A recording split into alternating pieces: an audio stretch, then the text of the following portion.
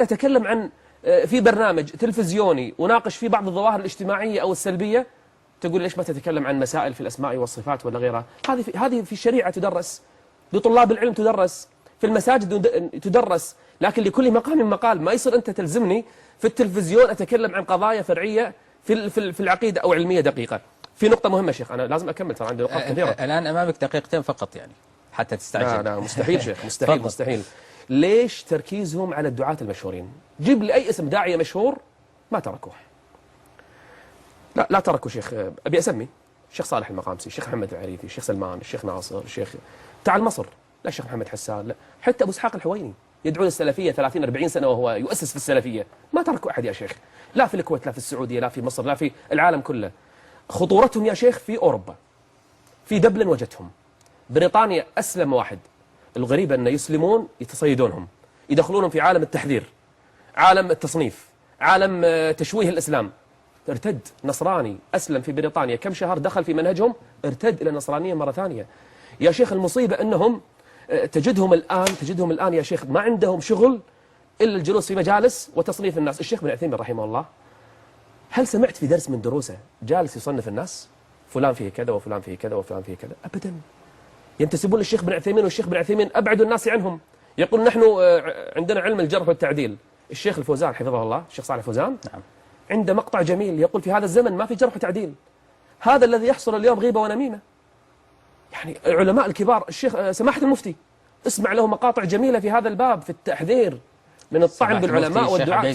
بالضبط. نعم. عنده الآن مقاطع موجودة حتى في الحج الماضي، مقطع جديد في التحذير من الطعن بالناس والدعاة والعلماء اتركوا الناس على الأقل، أقلوا عليهم اللوم لا أبي لأبيكم، أو سدوا المكان الذي سدوا.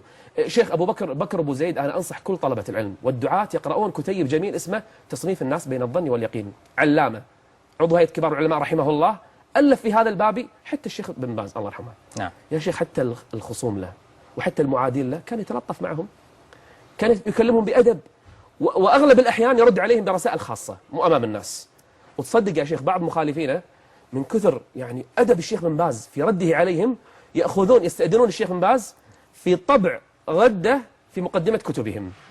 هذا شرف لهم بالنسبة لهم لأدب الشيخ ومدح الشيخ لهم وثنائه على المؤلف وعلى حتى من وقع بالخطأ، ومنهم شيخنا عبد الرحمن بن خالق حفظه الله. أما هذه النبتة والله يا شيخ لو أقرأ لك كلام الشيخ بكر أبو زيد، لو أتيك ببعض أنا أريد أن أختم هذا الموضوع بسؤال، وأريدك أن تتأمل في هذا السؤال جيدا. يعني هذا الكلام نحن الآن أخذنا وقت من الحلقة وأن تحذر منهم. يعني هذه الخلافات إلى متى ونحن نتكلم بين خلافات بين الطوائف الإسلامية؟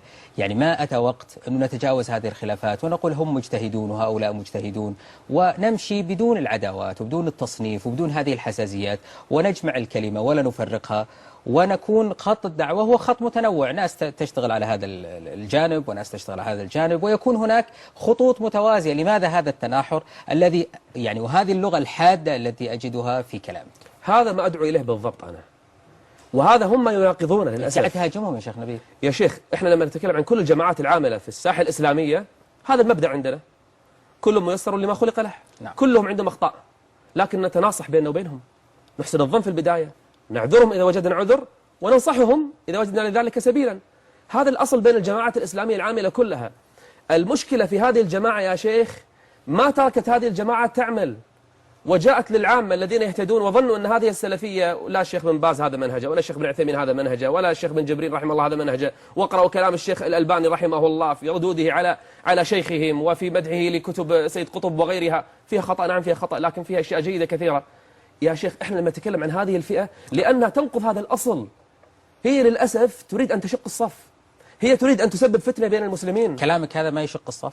لا، أنا بالعكس، أنا أنبه أن هذه المجموعة، هذه الفئة يجب أن نبتعد عنها لأنها سوف تشق صف المسلمين. نعم. نعم، في النهاية في فئة انتسبت للسلفية وليست من السلفية في شيء، ينتسبون للشيخ بن عثيمين وابن باز وغيرهم رحمهم الله، وهم أبعد الناس عن مناهجهم، يتكلمون بالتوحيد والعقيدة، وللأسف ما فهموا حتى بعض جزئيات في التوحيد والعقيدة ولا دعوا إليها أصلا. نتكلم بهذا فقط من باب يا جماعة ابتعدوا عن هذه الفتنة.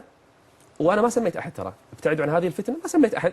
كل من اتصف بهذا الوصف يجب أن نتجنب هذا الوصف. في النهاية هذا الذي يشق الصف وهذا الذي يمزق المسلمين. يا شيخ عندي نص الكلام ما قلته. ولكنه أنا أكثر من نص الوقت استنفدته، فمضطر أن